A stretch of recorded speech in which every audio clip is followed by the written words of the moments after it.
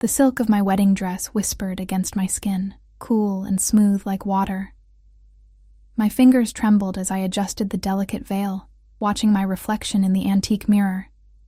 The bridal suite of the Bellevue Hotel smelled of fresh lilies and expensive perfume. A scent that should have comforted me, but instead made my stomach twist with unease. "Stop fidgeting, Elena," my mother scolded, pinning another diamond clip into my dark hair. "You'll ruin the hairstyle." I forced my hands to still, trying to ignore the hollow feeling in my chest. This should have been the happiest day of my life. After 27 years of struggling, of cleaning houses and waiting tables to put myself through nursing school, I was marrying Robert Sinclair, respected doctor, heir to a small fortune, and a man my immigrant parents approved of with glowing pride. "You look beautiful," my mother said, her voice softening as she stepped back to admire her work. For once, the permanent worry lines around her eyes had relaxed. "Robert is a good man. He will take care of you." I nodded, not trusting myself to speak. Take care of you. That's what everyone kept saying, as though I'd spent my life looking for someone to rescue me, as though all my hard work had been merely a placeholder until I found a husband to depend on. Outside the window, rain pattered against the glass, turning the garden view into a watercolor blur of greens and whites. The wedding was supposed to be outdoors, but the unexpected autumn shower had forced everything inside the hotel's crystal ballroom. Another thing beyond my control. "I'll go check on the flowers," my mother said, patting my shoulder before leaving the room. Alone, I finally exhaled, my shoulders slumping beneath the weight of lace and expectations. The woman in the mirror looked like a stranger, someone polished and perfect, with eyes that held no joy. I thought of Robert, probably joking with his groomsmen downstairs, confident and unbothered. Robert, who never raised his voice or asked for too much, who said he loved my determination, but subtly suggested I might want to scale back my night shifts once we were married. Robert, who had proposed with his mother's ring in front of both our families at Christmas dinner. A soft knock interrupted my thoughts. "Come in," I called, expecting my bridesmaid Sophia. Instead, the door opened to reveal a young man I'd never seen before, dressed impeccably in a charcoal suit that screamed money. He wasn't part of the wedding party. "I'm sorry, but this is the bridal suite," I said, frowning. "I think you have the wrong room." His eyes darted nervously around the space, never quite meeting mine. "Miss Russo, I have a message for you." He extended an envelope of heavy cream paper, unmarked except for my name written in elegant black script. "From who?" I asked, not reaching for it. It's better if you just read it." There was something in his voice, a tremor of fear, that made my skin prickle. Before I could question him further, he placed the envelope on the vanity and backed away quickly, disappearing through the door like a shadow fleeing sunlight. I stared at the envelope, my heart accelerating. Part of me wanted to ignore it, to pretend it had never arrived, but curiosity, always my weakness, won out. I broke the unmarked wax seal and unfolded a single sheet of heavy paper. "The man you're about to marry is not who you think he is. Room 823. Come alone if you want the truth." My hands began to shake again, but for entirely different reasons. I read the message 3 times, trying to make sense of it. A prank? A jealous colleague of Robert's? Or something worse? I glanced at the clock. 45 minutes until the ceremony. I should call Robert or tell someone about the note. That would be the sensible thing to do. Instead, I found myself slipping on the hotel robe over my wedding dress, tucking the voluminous skirt awkwardly around my legs. I grabbed the room key and stepped into the hallway, looking both ways before hurrying toward the elevator. The logical part of my brain screamed that this was madness, but a deeper instinct pushed me forward. The 8th floor was silent, the plush carpet muffling my footsteps as I searched for room 823.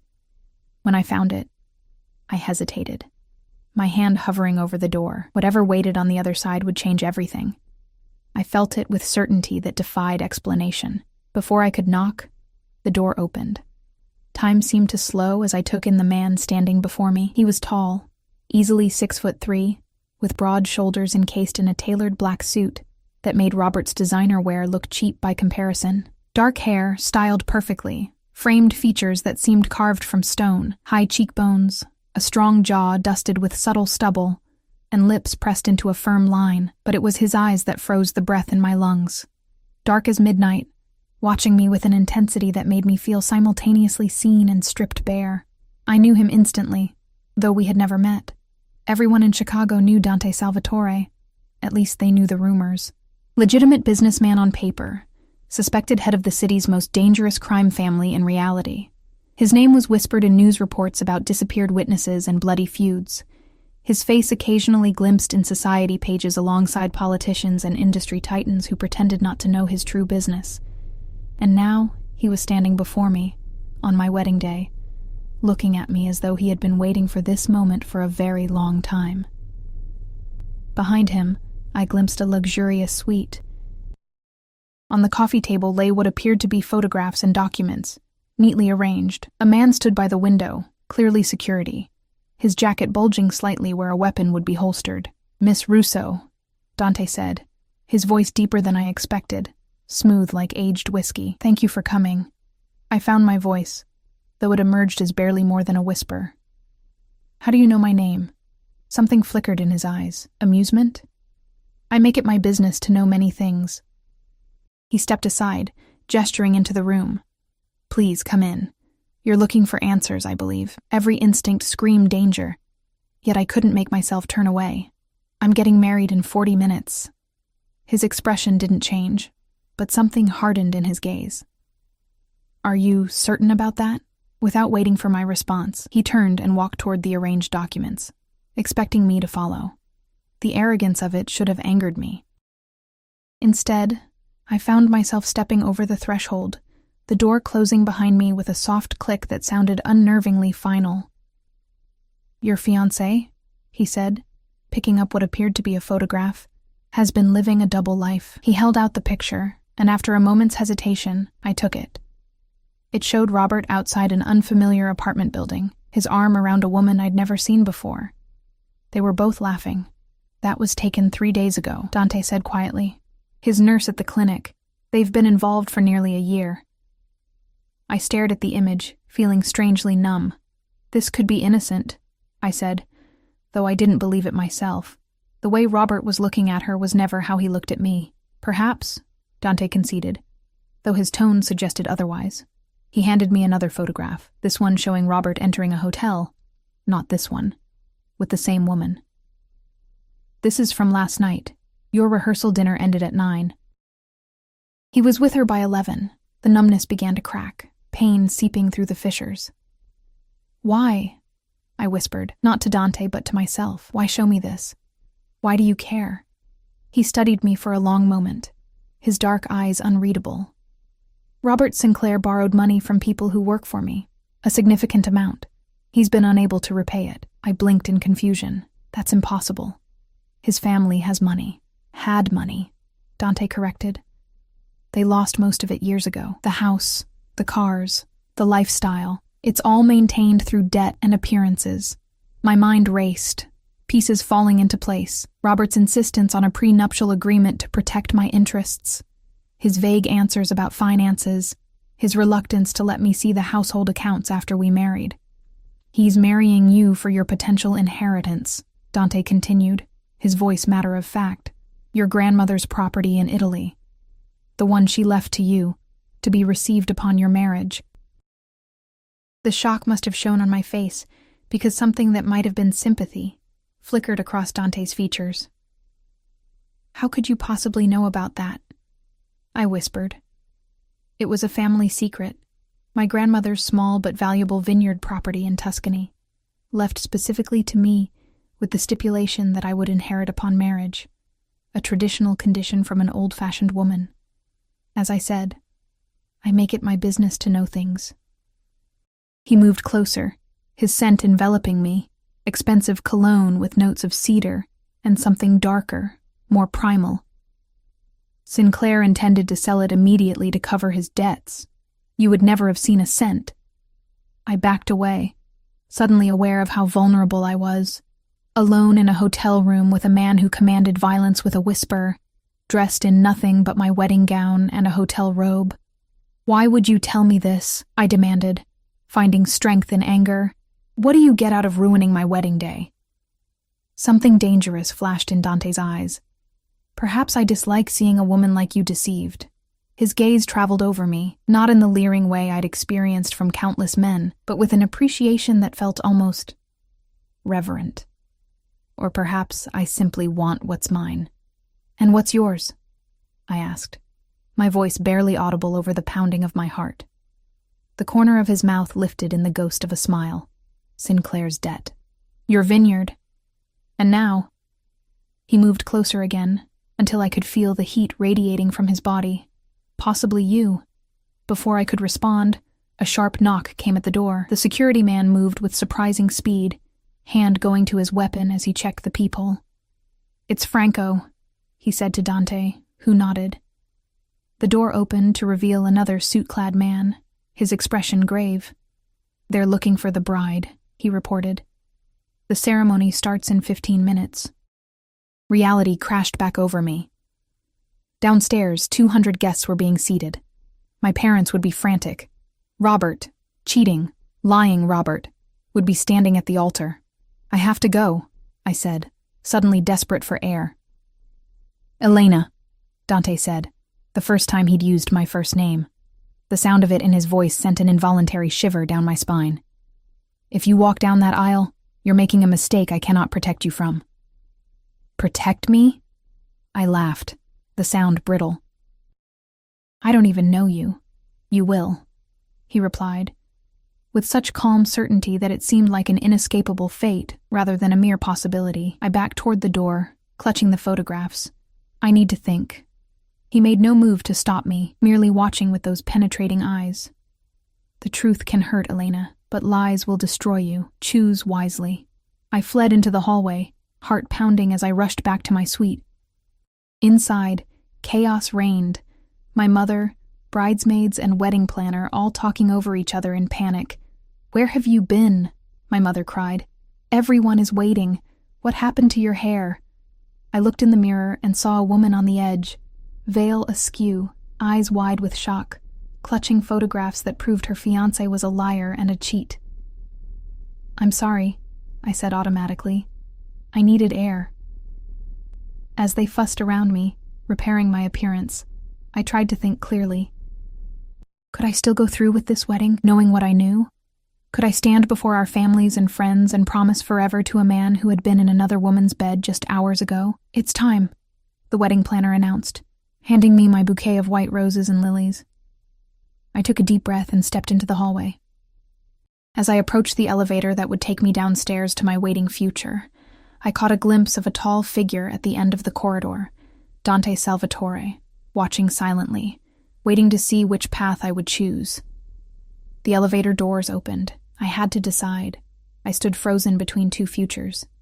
The elevator that would lead to my wedding, and the dark gaze of a dangerous man who had just shattered all my certainties. My mother gently pushed me forward, mistaking my hesitation for nerves. It's normal to be scared, sweetheart, she whispered, squeezing my arm. Every bride feels this way. Not like this, I thought, but allowed myself to be guided into the elevator. Just before the doors closed, I caught one last glimpse of Dante. His expression hadn't changed, but something in his eyes, disappointment perhaps, made my stomach twist. The descent to the lobby felt like falling. My bridesmaids chatted excitedly around me, oblivious to my inner turmoil. Sophia, my maid of honor, finally noticed my silence and leaned close. You okay? She whispered, concern etching her features. You're pale as your dress. I nodded mechanically, unable to form words. The photographs burned in my memory. Robert with another woman, laughing, touching, betraying. And Dante's words echoed, he's marrying you for your potential inheritance. The elevator doors opened to reveal the hotel's opulent lobby, where my father waited in his rented tuxedo, pride shining in his eyes. He'd worked double shifts at the factory for 30 years, to give our family a better life. Now he thought he was witnessing the culmination of all those sacrifices. His daughter marrying into security and respectability. You are beautiful, Piccola, he said in Italian, his voice thick with emotion as he took my arm. Like an angel. Guilt crashed over me. How could I destroy this moment for him? For my mother? For all the guests waiting just beyond those ballroom doors? The wedding coordinator gestured that it was time. The music began, Wagner's traditional wedding march that Robert's mother had insisted upon. The massive doors swung open, revealing rows of guests rising to their feet, all eyes turning toward me, and there at the end of the aisle stood Robert, handsome in his black tuxedo, smiling confidently, the smile of a man who believed he had won. My father took the first step forward, but my feet seemed rooted to the marble floor. A wave of whispers rippled through the crowd as the pause stretched uncomfortably long. "Elena?" my father murmured, confusion replacing joy. In that suspended moment, my gaze drifted beyond Robert to the emergency exit door at the far side of the ballroom. It opened silently, and Dante slipped in like a shadow, positioning himself against the wall where only I could see him. His presence was a silent question. I looked back at Robert, who now showed the first flickers of uncertainty. Our eyes met across the distance, and in that moment I knew. He didn't love me. Perhaps he never had. "I can't," I whispered to my father, my voice breaking. "I'm sorry, Papa. I can't marry him." Gasps erupted from the crowd. My father's face contorted with shock, but I was already pulling away, gathering the voluminous skirt of my dress in trembling hands.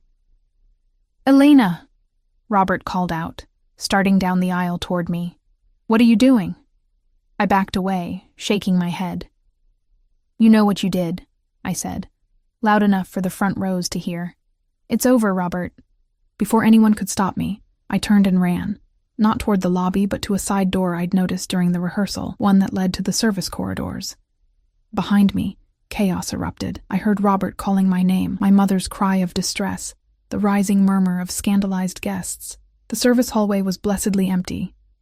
I kicked off my heels, the cold tile shocking against my bare feet as I ran blindly, turning corners until I found a service elevator. I punched the button repeatedly, desperate to escape before anyone found me.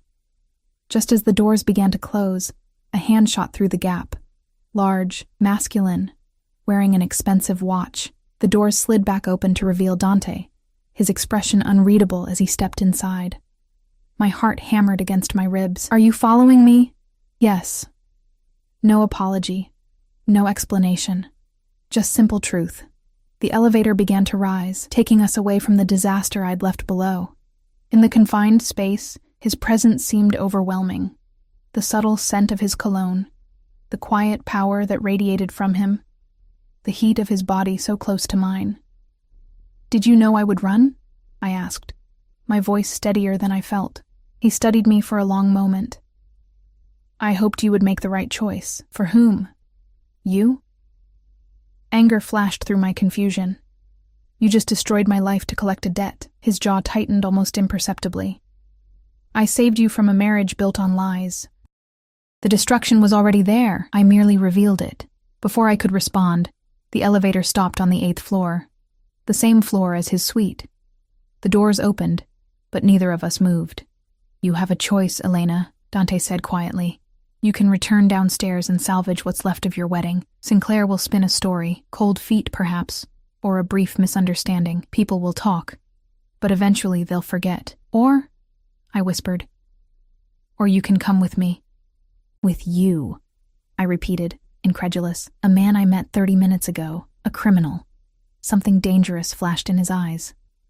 "Be careful with accusations. It's not an accusation if it's true," I said, surprising myself with my boldness. Unexpectedly, the corner of his mouth lifted in what might have been admiration. "Few people speak to me that way. I'm not most people." "No," he agreed softly. "You're not." He held out his hand, palm up. An invitation, not a demand. "Let me help you, Elena." I stared at his outstretched hand. "Why would you help me?" "Perhaps I have my reasons," he said, his dark eyes revealing nothing. The elevator doors began to close, but he stopped them with a swift movement. "They'll be searching the hotel for you soon. Your decision needs to be made now."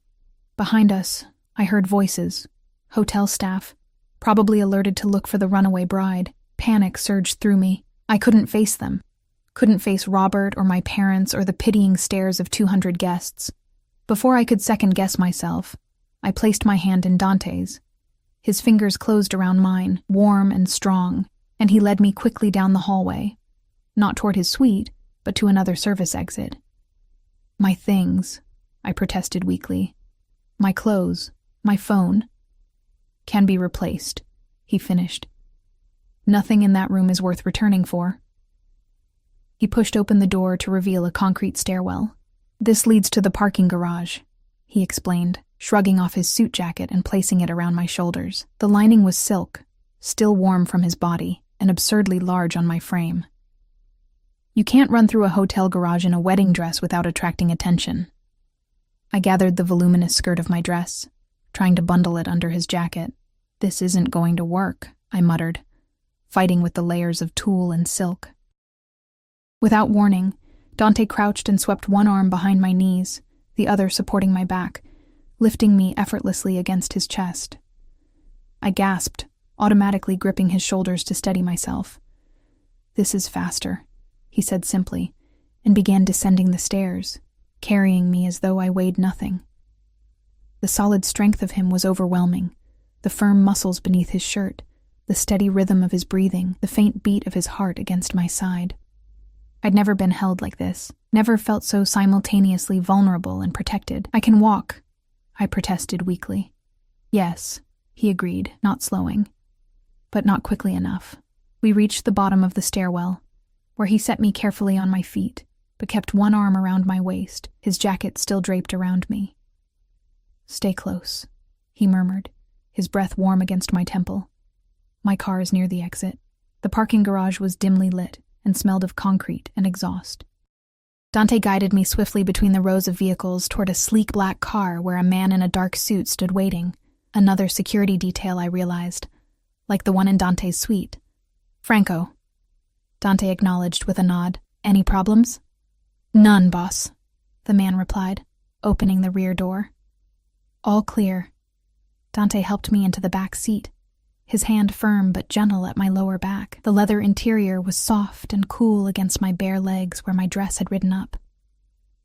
He slid in beside me, his larger frame making the spacious car feel suddenly intimate. Franco got into the driver's seat, and the engine purred to life. As we pulled away from the hotel, the reality of what I'd done crashed over me.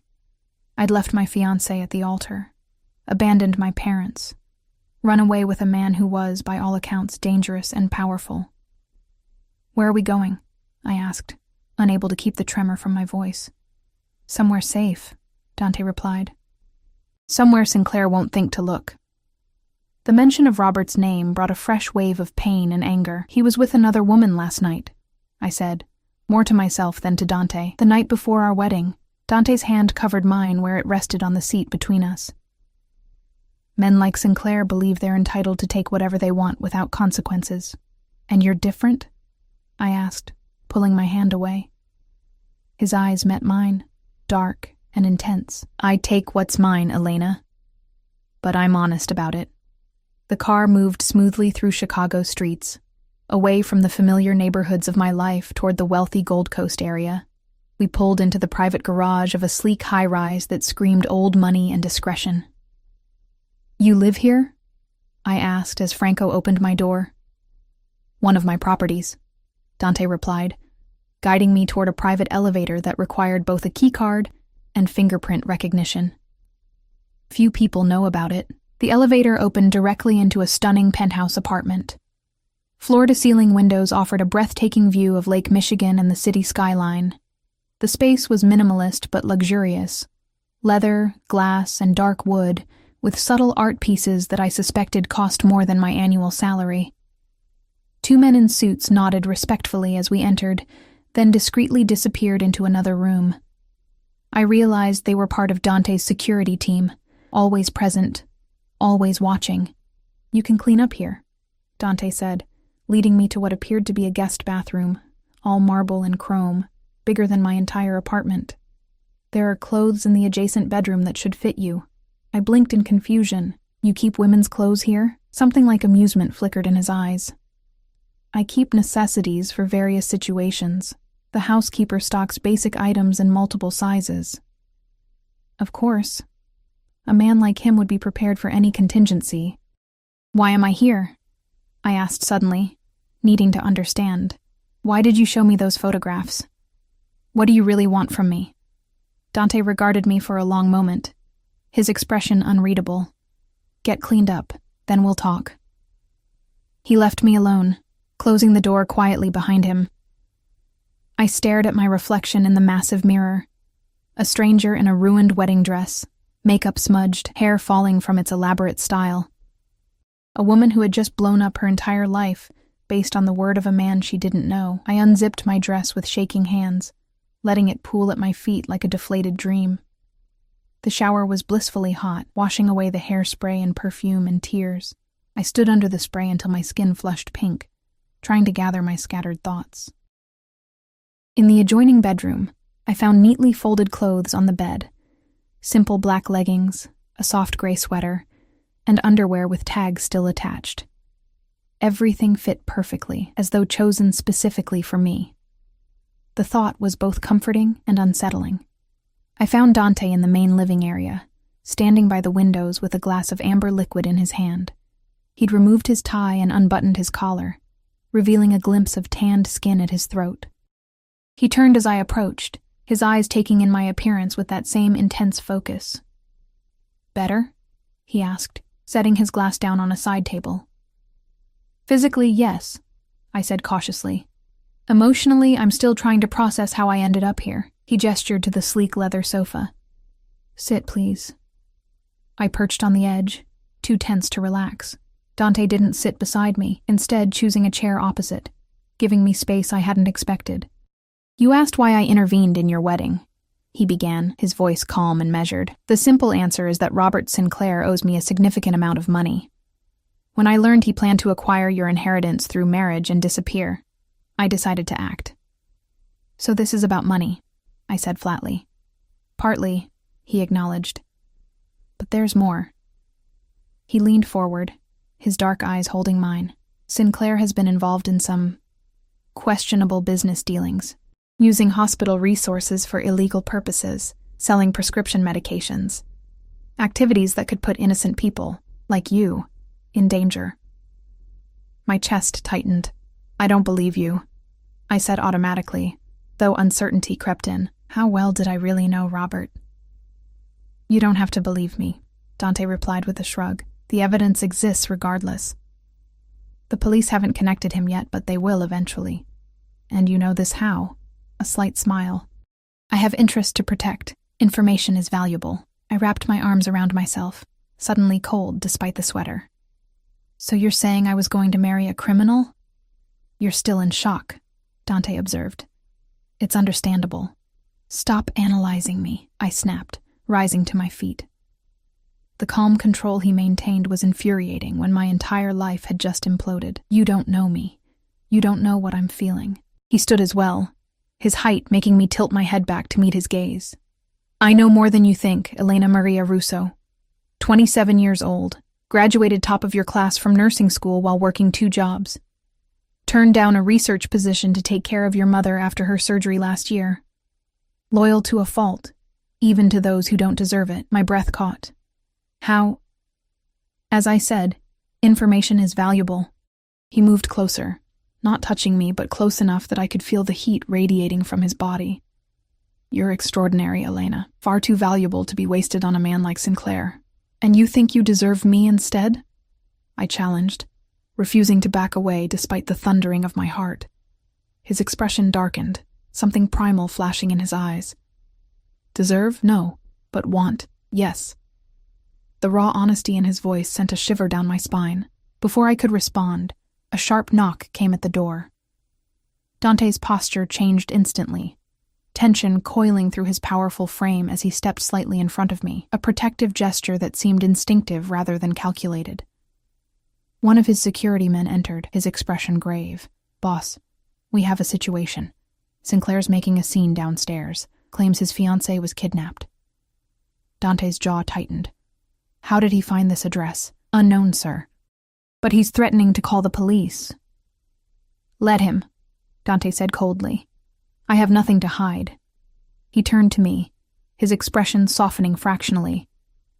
"Do you want to see him?" The question surprised me. I'd half expected to be hidden away, my choices made for me. I should explain, I said hesitantly. End things properly. Dante studied me for a moment, then nodded. Franco will bring him up. If at any point you want him gone, just say the word. The security man disappeared, and Dante moved to stand at the window, his back to the room, giving me a moment of privacy to collect myself. The gesture was unexpectedly considerate.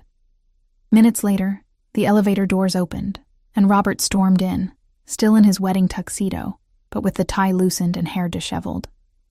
He stopped short when he saw me, relief quickly replaced by anger. "What the hell, Elena?" he demanded, taking a step toward me. "Do you have any idea what you've done? Everyone's still at the hotel. Your parents are frantic." Robert's gaze darted around the luxurious penthouse before fixing on Dante, who remained by the window, watching the exchange with cold detachment. "What is this?" Robert asked, his voice rising. "Did he force you to come here? Are you okay?" The concern would have seemed genuine if I hadn't seen those photographs, if I didn't now see the calculation behind his eyes. I straightened my spine, finding strength in my anger. "No one forced me anywhere," I said clearly. "I left our wedding because I know about her, Robert. Your nurse. The one you were with last night while I was rehearsing our vows." The color drained from his face. "Elena? I don't know what he's told you, but don't." I held up my hand. "Don't lie to me anymore. I saw the pictures." Robert's expression hardened as he glanced at Dante. "So that's it? You believe whatever this criminal tells you? You know who he is, right? What he does?" "I know who you are now," I replied, my voice steadier than I felt. "You were going to marry me for my grandmother's property. You were going to sell it to pay off your debts." "That's ridiculous," he scoffed, but a flicker of panic crossed his features. "Who told you about the vineyard? That was private family business. Does it matter? It's true, isn't it?" Robert moved toward me, reaching for my arm. "Elena, baby, listen." Before he could touch me, Dante was suddenly between us, his movement so swift I barely registered it. Nothing in his posture was overtly threatening, but Robert immediately stepped back. "Miss Russo has made her position clear," Dante said, his voice deceptively soft. "I suggest you respect her decision." Robert's face contorted with rage and fear. "You think I don't know what's happening? You've wanted that Italian property for years. The water rights alone are worth millions to your operation." My head snapped up. "What?" Dante's expression remained impassive. "Your grandmother's land borders one of my family's estates," he explained without looking at me. "It was her choice not to sell, despite numerous generous offers. So this is about the land," I said slowly, pieces falling into place. "That's why you saved me from my wedding." Something flickered across Dante's features. Frustration, perhaps. "That's part of it," he admitted. "But not all." Robert gave a harsh laugh. "You're just trading one liar for another, Elena. At least I never pretended to be something I'm not." "You pretended to love me," I shot back, blinking away tears of anger. "Was any of it real? Or was I always just a means to an end?"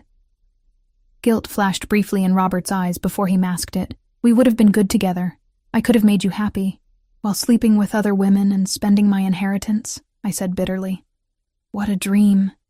Robert's expression hardened. "You have no idea what you're getting into with him," he said, nodding toward Dante. "Do you know what they call him? The ghost. Because people who cross him disappear." A chill ran through me despite the warmth of the room. I glanced at Dante, who watched Robert with the cool assessment of a predator studying prey. "I think it's time for you to leave, Doctor." "Sinclair," Dante said, his tone leaving no room for argument. "Franco will escort you out." As if summoned, the security man appeared at the elevator. Robert hesitated, then turned to me. "Elena, please, come with me now. We can still fix this. Your parents will understand eventually," I finished, though my heart ached at the thought of their disappointment. "It's over, Robert." For a moment, I thought he might argue further, but something in my expression, or perhaps in Dante's, made him reconsider. He straightened his shoulders, attempting to salvage his dignity. "When you realize what a mistake you've made, don't come back to me," he said coldly. "You're throwing away everything for what? A man who sees you as nothing but a transaction?" His words hit their mark, but I kept my expression neutral until he disappeared into the elevator. Only when the doors closed did I allow my shoulders to slump, exhaustion crashing over me. "He's right about one thing," I said quietly. "I have no idea what I'm getting into." Dante turned to me, his dark eyes searching my face. "Are you afraid of me, Elena?" The question surprised me. I considered lying, but something told me he would know. "Yes," I admitted, "but I'm more afraid of what my life would have been if I'd married him." He nodded, seeming to appreciate my honesty. "You're safe here. Whatever you may have heard about me, I don't harm innocent people." "And what about not-so-innocent people?" I asked, unable to stop myself. A ghost of a smile touched his lips. "Everyone makes their own choices. Some choices have consequences." I shivered at the implication. "What happens now?" "Now," he said, moving to a sleek intercom panel on the wall. "You should eat something, then rest. Tomorrow we can discuss your options." "My options," I repeated, suddenly overwhelmed by the reality of my situation. No home to return to, no fiancé, and parents who would be devastated by my actions. "Do I have any that don't involve you?" His expression tightened almost imperceptibly. "You're not a prisoner, Elena. If you want to leave, Franco will take you wherever you wish to go." The offer surprised me. I'd half expected to be kept here whether I wanted to stay or not. I don't know where to go," I admitted. "I can't face my parents yet, and my apartment is in your name alone," Dante finished. "Sinclair has no claim to it, but he knows where it is, which makes it unwise to return immediately. Of course he would know these details about my life. The realization should have frightened me more than it did. "Stay here tonight," he suggested, his tone gentler than before. "You're exhausted and in shock. Make no decisions until morning." It was the most sensible option, though nothing about this day had been sensible. I nodded, suddenly too tired to argue. Dante spoke quietly into the intercom, ordering food to be brought up. While we waited, he showed me to a guest room, spacious and elegant, with another stunning view of the lake. "This will be your room for as long as you choose to stay," he said, standing in the doorway rather than entering with me. "Mine is at the end of the hall. The security team has quarters downstairs, with at least 2 men on duty at all times." "All these precautions," I murmured, running my fingers over the luxurious bedspread. "Do you live in constant danger, constant awareness?" he corrected. "It's the price of my position." I turned to look at him, really look at him. This dangerous, powerful man who had upended my life in the span of hours. "Why me, Dante? Of all the women in Chicago, why involve yourself in my life?" Something shifted in his expression. A brief vulnerability quickly masked. "I've been watching you for some time, Elena. When I discovered Sinclair's plans, I couldn't allow it." "Watching me?" I repeated, unease prickling along my skin. "That's disturbing." "Perhaps," he acknowledged, "but necessary. You're connected to something important to me. The land," I said flatly. His jaw tightened. "Yes, initially. And now?" I challenged. Before he could answer, a discreet knock announced the arrival of food. Dante stepped back, giving me space. "Rest, eat. We'll talk more tomorrow." He left me alone with a tray of simple but elegant food, pasta with a light sauce, fresh bread, a small salad, and a glass of red wine. Despite everything, my stomach growled at the smell. I hadn't eaten since early morning, too nervous about the wedding to manage more than a few bites of toast.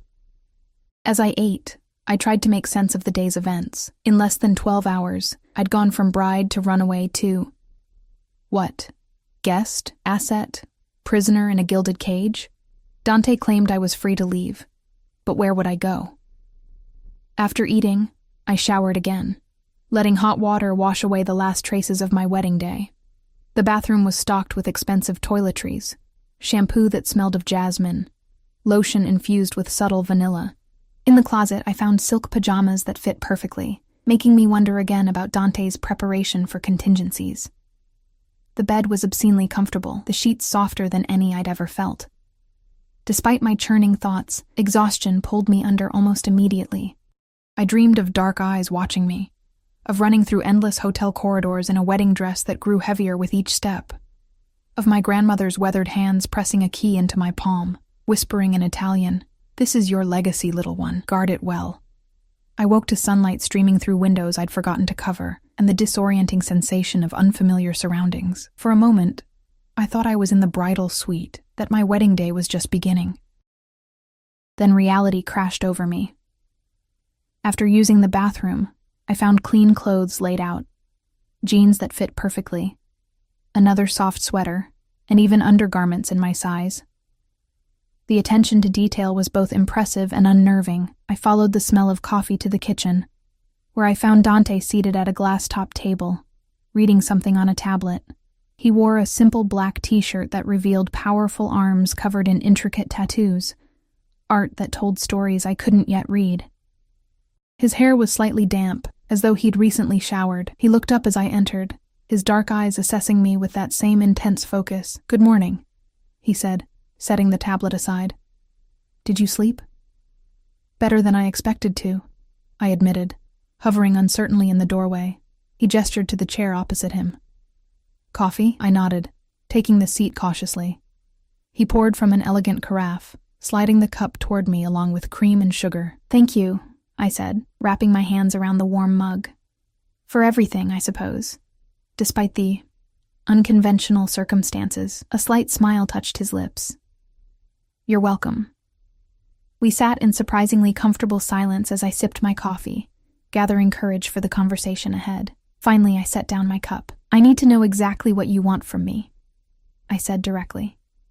"No half-truths, no vague references to watching me or being connected to something important.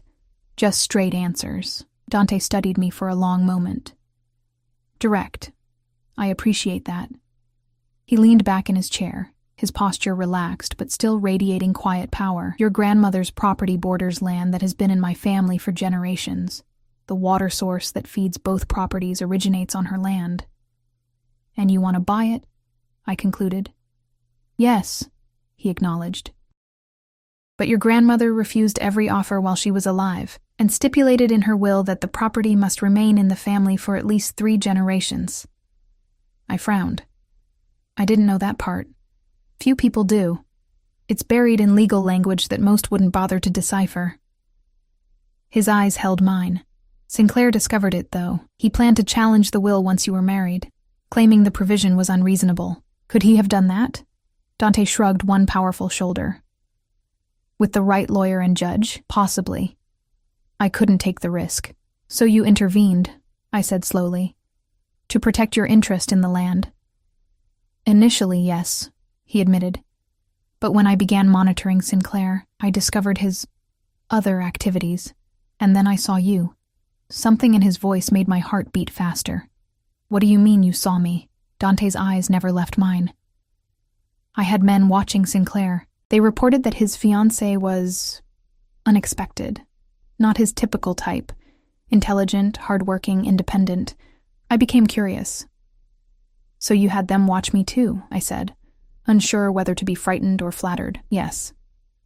No apology, just that same straightforward honesty. "The more I learned, the more convinced I became that you were unaware of Sinclair's true nature."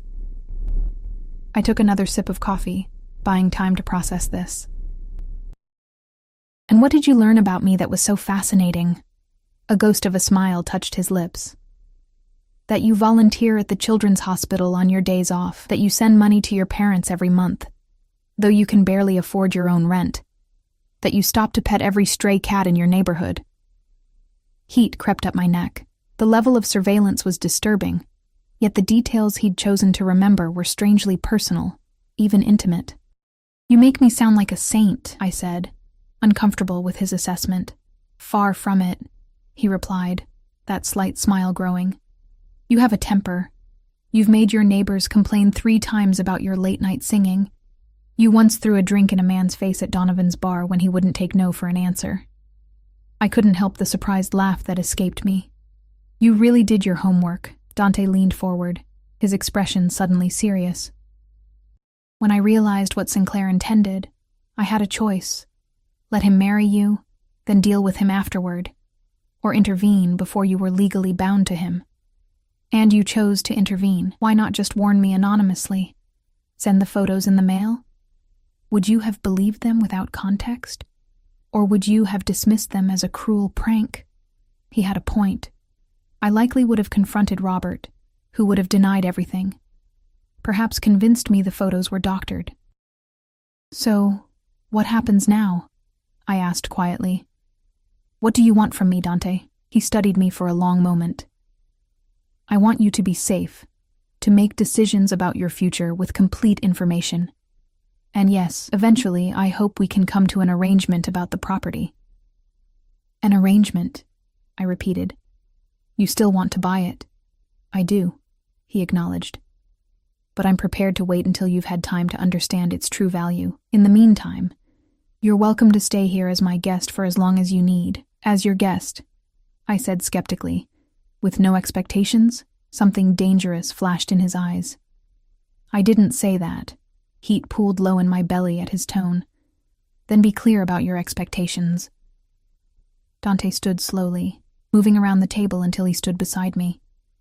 I had to tilt my head back to maintain eye contact, acutely aware of his physical presence, the subtle scent of his cologne, the warmth radiating from his body. I want to know you, Elena, he said, his voice deep and quiet. Not just the facts my men could gather, but the woman beneath the surface. And I want you to know me, not the rumors or the reputation, but the man. His honesty was disarming, and if I decide I don't like what I find, then you're free to walk away. I'll ensure you have the resources to start fresh wherever you choose. It sounded too good to be true. Why would you do that for me? Dante reached out slowly, giving me time to pull away, and brushed a strand of hair behind my ear. The casual touch sent electricity racing down my spine. Because you deserve better than what life has offered you so far, he said simply. Before I could respond, his phone vibrated. He checked it, his expression hardening instantly. I have business to attend to, he said, his voice taking on that commanding edge I'd glimpsed yesterday. Franco will stay with you. If you need anything, he can arrange it. Am I allowed to leave? I asked, testing the boundaries of this strange arrangement. Allowed? Yes. Advised? Not yet. His expression softened fractionally. Sinclair is unpredictable right now. Give it a few days for things to settle. After Dante left, I explored the penthouse, finding a stunning library filled with leather-bound classics, a state-of-the-art gym, and a rooftop garden with breathtaking views of the city. Franco kept a discreet distance, visible but never intrusive. I spent hours in the library, losing myself in books to avoid thinking about my parents, about the wedding guests, about the mess I'd left behind. When darkness fell, I found myself on the rooftop garden, wrapped in a cashmere throw I'd found in the living room, watching the city lights flicker to life. It's beautiful, isn't it? I startled at Dante's voice. He stood in the doorway, his powerful frame silhouetted against the interior light. He'd changed into another immaculately tailored suit, his presence commanding even in the growing darkness. Yes, I agreed, turning back to the view. It makes everything else seem small somehow. He moved to stand beside me at the railing, close, but not touching. My father used to bring me up to rooftops like this. He said it was important to see the city from above, to understand what you're protecting. Is that what you do? Protect the city? He gave a soft laugh, the sound surprisingly warm, parts of it. In my own way. We stood in companionable silence for a while, watching the lights. Finally, I gathered my courage to ask the question that had been haunting me all day. My parents, I said quietly. Do you know? They're worried, he replied, understanding immediately. But safe. Sinclair tried to convince them you were taken against your will, but the hotel security footage clearly shows you leaving voluntarily. Relief washed over me. I should call them. You can, Dante said, but be aware that Sinclair may be monitoring their phones. The thought hadn't occurred to me. Would he really go that far? He lost a valuable asset when you left, Dante said matter-of-factly. Men like him don't accept such losses easily. I wrapped the throw tighter around my shoulders, suddenly chilled despite the mild evening. I never saw it, how calculating he was. I thought he loved me. Love is the easiest mask to wear, Dante said softly. We see what we want to see in others, until they show us who they truly are. Something in his tone made me turn to look at him. In the dim light, his expression was unguarded, revealing a fleeting glimpse of old pain. "And who are you truly, Dante Salvatore?" I asked. His eyes met mine, dark and intense. A man who takes what he wants, a man who protects what's his, a man who never makes the same mistake twice. "That's not an answer," I said, bold in the darkness. "That's a warning label." Unexpectedly, he laughed, a genuine sound that transformed his features, revealing a dimple in his left cheek I hadn't noticed before. "Perhaps it's both." He stepped closer, his heat enveloping me even before his fingers brushed my cheek. "I've wanted to do this since I first saw you," he murmured, his gaze dropping to my lips. I should have pulled away, should have remembered that less than 48 hours ago, I'd been preparing to marry another man. Instead, I found myself leaning into his touch, drawn by a magnetic pull I couldn't explain. His lips met mine with surprising gentleness, a question rather than a demand.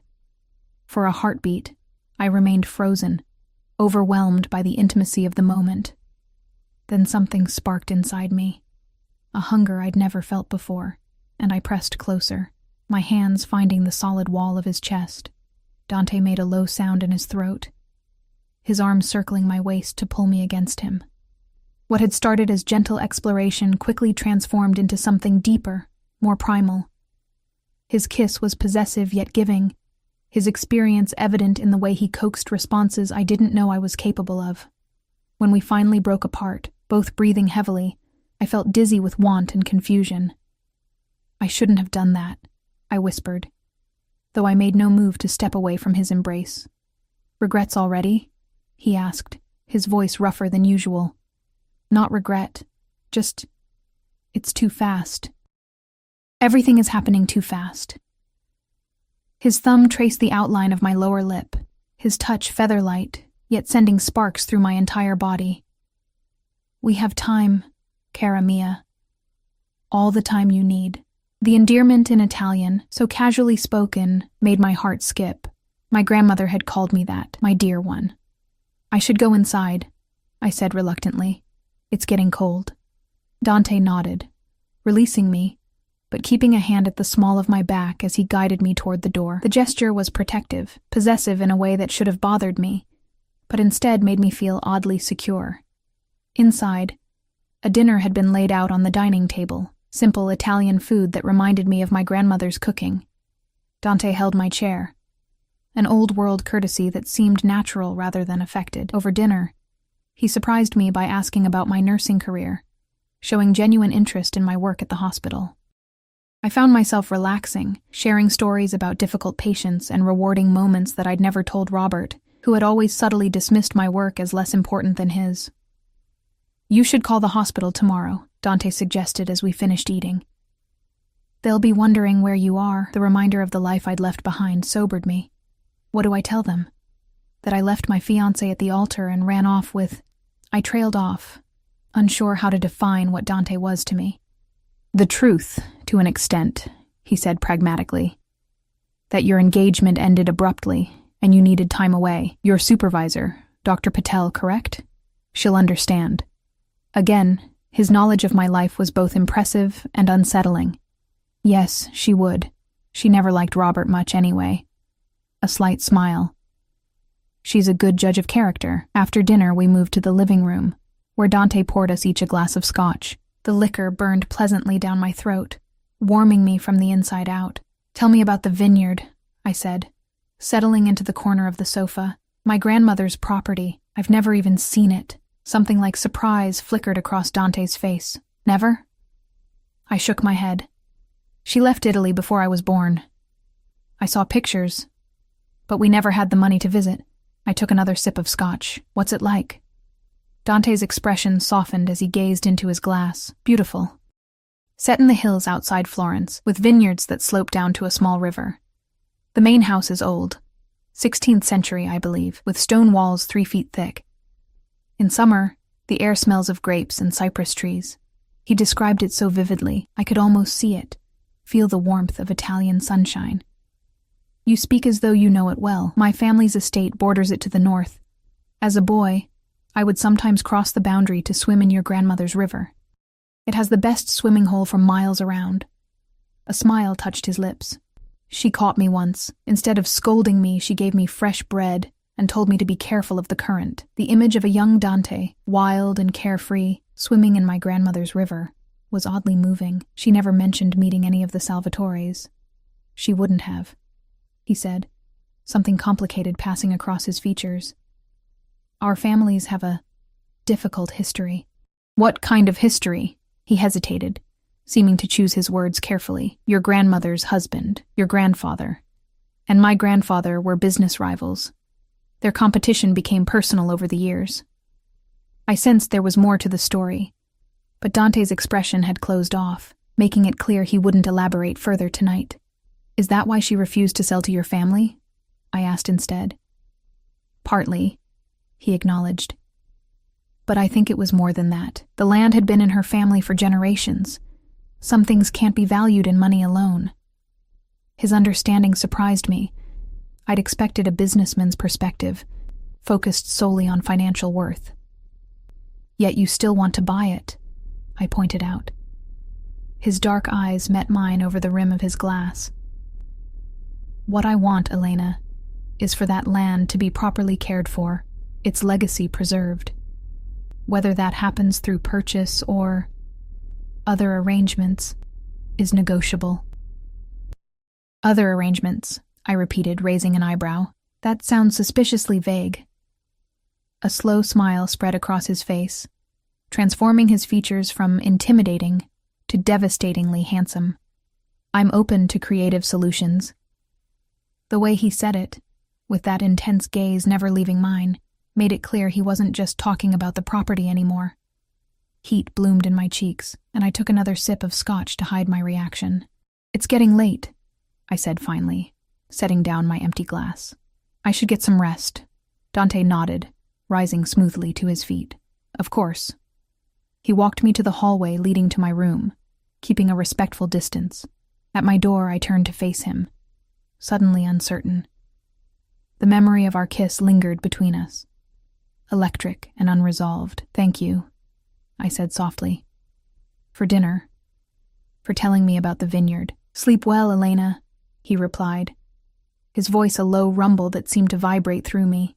He didn't try to kiss me again, didn't push for more than I was ready to give. Instead, he simply reached for my hand, lifting it to his lips in a gesture that was both old-fashioned and deeply intimate. As I closed my bedroom door behind me, I leaned against it, my heart racing. What was I doing? Getting involved with Dante Salvatore, whatever his business might actually be, was surely jumping from the frying pan into the fire. Yet as I slipped beneath the luxurious sheets, I couldn't help but replay our kiss in my mind. The feel of his strong arms around me, the passion carefully controlled beneath his composed exterior. For the first time since I'd fled my wedding, I fell asleep without anxiety clutching at my chest, dreaming instead of Italian vineyards and dark eyes that saw through to my soul. Morning came with soft sunlight filtering through the blinds and the distant sound of male voices in the penthouse. I showered and dressed in clothes I found laid out. Another perfectly fitting outfit, this time a simple sundress with a light cardigan. In the kitchen, I found not Dante, but Franco, preparing coffee with military precision. "Good morning, Miss Russo," he said, his tone respectful but distant. "Mr. Salvatore had to attend to urgent business. He asked me to ensure you have everything you need." Disappointment flickered through me, though I tried to hide it. "Thank you, Franco. I'm fine." He nodded, sliding a cup of coffee across the counter. "He also asked me to give you this." He handed me a sleek smartphone. "It's secure and untraceable. Your parents' number has been programmed in." I stared at the device, emotion welling in my throat. Dante had understood my need to contact my family without my having to ask again. "There's a car waiting whenever you're ready," Franco continued. "Mr. Salvatore thought you might want to visit your apartment today, collect some personal items. He's not worried about Robert anymore?" Franco's expression remained neutral. "Dr. Sinclair has been discouraged from pursuing the matter further." Something in his tone made me decide not to ask for details. "Will Dante, Mr. Salvatore, be joining us?" "He sends his regrets. Business requires his personal attention today." Franco hesitated, then added, He asked me to tell you that he'll see you this evening, if you're amenable. If I'm amenable. As though I had plans, as though I had anywhere else to be. The formality almost made me smile. Please tell him I'll be here, I said, trying to match his professional tone. The trip to my apartment was surreal. Franco drove an inconspicuous black sedan rather than the luxury car from the wedding, with another security man in the passenger seat. They flanked me as we entered my building, their watchful eyes scanning for threats I couldn't imagine. My small apartment felt like a stranger's home, the life I'd lived there belonging to a different woman entirely. I moved through the rooms in a daze, collecting clothes, books, my laptop, and the few sentimental items I couldn't bear to leave behind. My engagement ring sat on the bedside table, where I'd left it the night before the wedding. I didn't touch it. In the bathroom, I paused at the sight of Robert's toiletries still arranged neatly beside mine. He'd stayed over frequently in the weeks before the wedding, gradually insinuating himself into my space. Now the evidence of his presence felt like an invasion. I swept his things into a bag, intending to throw them away, when a small box tucked behind his shaving kit caught my eye. Inside, I found a collection of pills in unmarked containers, definitely not standard prescriptions. A cold feeling settled in my stomach as I remembered Dante's words about Robert's questionable business dealings. The sound of a key in the front door lock made me freeze. Franco had promised the building was clear, but there was only one other person who had a key. Elena? Robert's voice sent panic surging through me. I shoved the box of pills into my bag and hurried out of the bathroom, nearly colliding with Franco in the hallway. Dr. Sinclair is here, I whispered unnecessarily. Franco's expression hardened as he touched the communication device in his ear. Stay behind me, he ordered quietly, moving toward the living room. I followed, heart hammering, to find Robert standing in my doorway, Franco's partner blocking his entry with one hand casually resting inside his jacket where a weapon would be. What is this? Robert demanded, his face flushed with anger. Armed guards? Has Salvatore really convinced you you're in danger from me? You should leave, Dr. Sinclair, Franco said, his voice deceptively calm.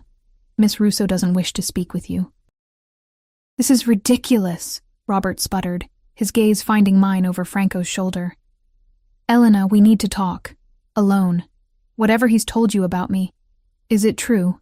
I interrupted, stepping forward despite Franco's attempt to keep me behind him. Are you involved in selling prescription medications illegally? The color drained from Robert's face. What? No. That's absurd. But I saw the truth in the way his eyes darted away, in the nervous adjustment of his tie. I found the pills, Robert, in your kit. Those are samples, he said quickly. For patients.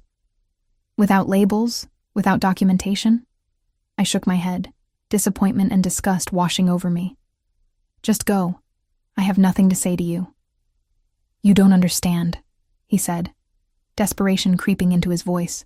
I needed the money. The debts. They were going to take everything, but I had it under control. After the wedding, after selling that worthless piece of land. Worthless? I repeated. You were willing to marry me for something worthless? Robert seemed to realize his mistake too late. That's not what I meant. The property itself isn't worth much. Just a run-down vineyard and an old house. But Salvatore wants it badly. The water rights. That's enough, Dr. Sinclair, Franco interrupted, his tone brooking no argument. Miss Russo has asked you to leave. For a moment, I thought Robert might try to push past them. Then his shoulders slumped in defeat. You've made a terrible mistake, Elena, he said, his voice cold. When you figure that out, don't come crawling back. After he left, I sat heavily on my sofa, shaking with delayed reaction. I want to go back to the penthouse, I said to Franco. Please. The rest of the day passed in a blur. I unpacked my meager belongings in the guest room. No, my room now, at least temporarily. I called the hospital and explained that I needed personal leave, deliberately vague about the circumstances. Dr. Patel was understanding, as Dante had predicted. I tried calling my parents, but there was no answer.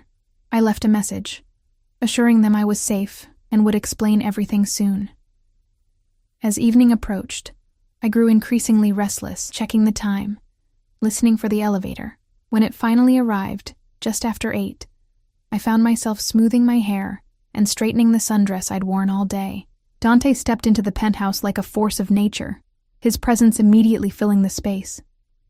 He'd removed his suit jacket, his crisp white shirt rolled up at the sleeves to reveal powerful forearms and the edges of those intriguing tattoos.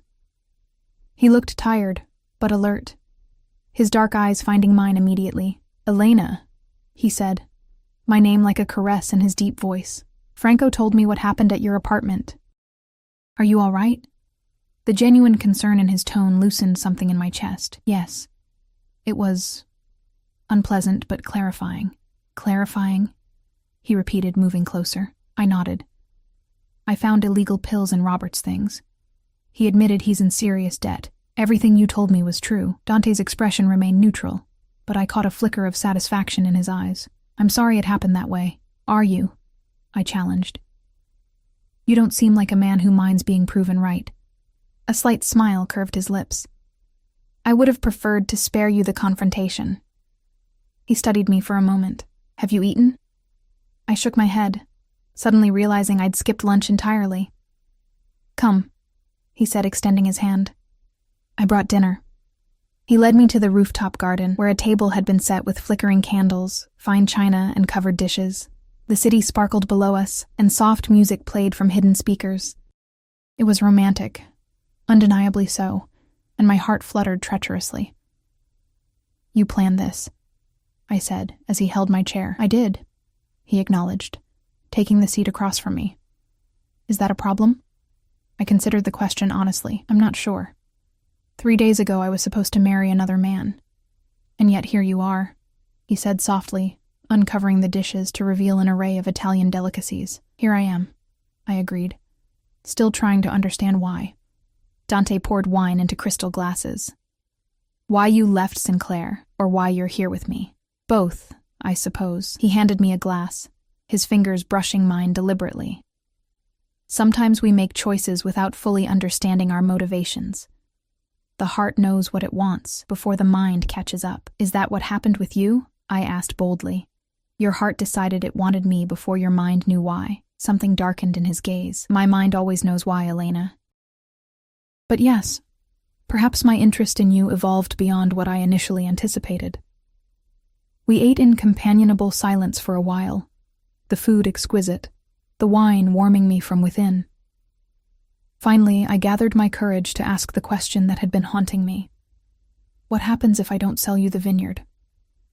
Dante set down his fork, giving me his full attention. "Then it remains yours. Just like that? No consequences? No pressure?" His expression remained open, unguarded. "What's mine is mine, Elena. What's yours is yours. I don't take what isn't freely given." I thought of our kiss the night before, how he'd waited for me to respond before deepening it, how he'd walked me to my door but not presumed more. "My grandmother never sold to your family," I said slowly. "You said there was history there. Tell me the truth. All of it." Dante was silent for a long moment, seeming to debate with himself. Finally, he sighed. "Your grandfather and mine were more than business rivals. They were once friends, partners in the wine business. My grandfather fell in love with your grandmother before she met your grandfather." I blinked in surprise. "What?" "It was a complicated time in Italy after the war. Opportunities were scarce. Your grandfather saw potential in expanding beyond wine into other businesses.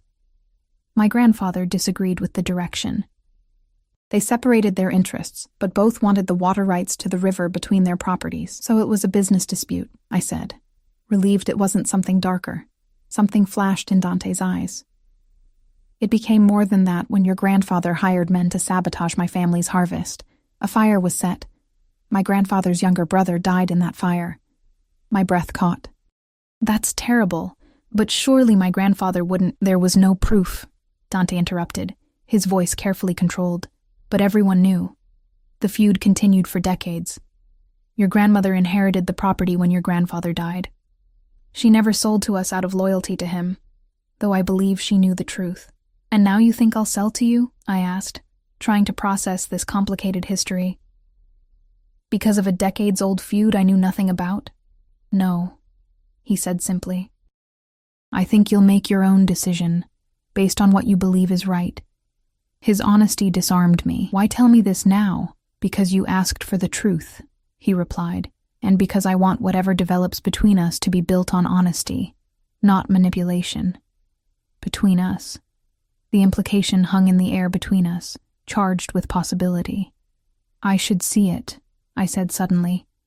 The vineyard. Before I make any decisions. Something like hope flickered in Dante's eyes. I can arrange that. You would take me to Italy? If that's what you want. I studied him across the candlelit table. This powerful, dangerous man who had upended my life, and yet treated me with a respect Robert never had. Why do I trust you? I wondered aloud. I barely know you. Dante reached across the table, his hand covering mine. Perhaps your heart recognizes something your mind hasn't accepted yet. The touch of his skin against mine sent warmth spiraling through me. And what would that be? His dark eyes held mine, intense and unwavering, that some things are meant to be, Elena. That some connections exist beyond explanation. I should have scoffed at such a romantic notion, especially coming from a man like him. Instead, I turned my hand beneath his, our palms pressing together, fingers intertwining. Take me to Italy, I said softly. Show me my inheritance, then I'll decide what happens next. His grip tightened slightly. And us? What about us, Elena? The question hung between us, heavy with implication. 3 days ago, I'd been about to pledge myself to another man. Now I sat across from Dante Salvatore, my hand in his, feeling more alive than I had in years. I don't know yet, I answered honestly, but I want to find out. A slow smile spread across his face, transforming his features from intimidating to breathtaking. That's enough for now. Later, as we stood at the railing overlooking the city, his arm around my waist and my head resting against his shoulder, I felt a strange sense of peace. The life I'd planned had shattered, yet from the pieces, something new and unexpected was emerging. Dante's lips brushed my temple, his embrace protective without being possessive. What are you thinking? He murmured against my hair. That sometimes the wrong wedding leads to the right life, I replied, turning in his arms to face him. His eyes darkened as he traced the curve of my cheek with gentle fingers. And is this the right life, cara mia? Instead of answering, I rose on tiptoes and pressed my lips to his, initiating our second kiss. This time there was no hesitation, no holding back. His arms tightened around me as he deepened the kiss, a low growl of approval rumbling in his chest. When we finally broke apart, both breathing heavily, I looked up into his dark eyes and saw my future reflected there. Complex, perhaps dangerous, but undeniably mine to choose. Take me to Italy, I whispered against his lips, and then bring me home. His answering smile was like the sunrise breaking over the city below us, brilliant, warming, full of promise. As you wish, Elena, always as you wish. In that moment, I knew with absolute certainty that walking away from my wedding had been the first step on a path that was always meant to be mine. Whatever challenges lay ahead, whatever complications our past might bring, I would face them with Dante at my side. Not as his possession, but as his equal. The choice was mine, and I had made it.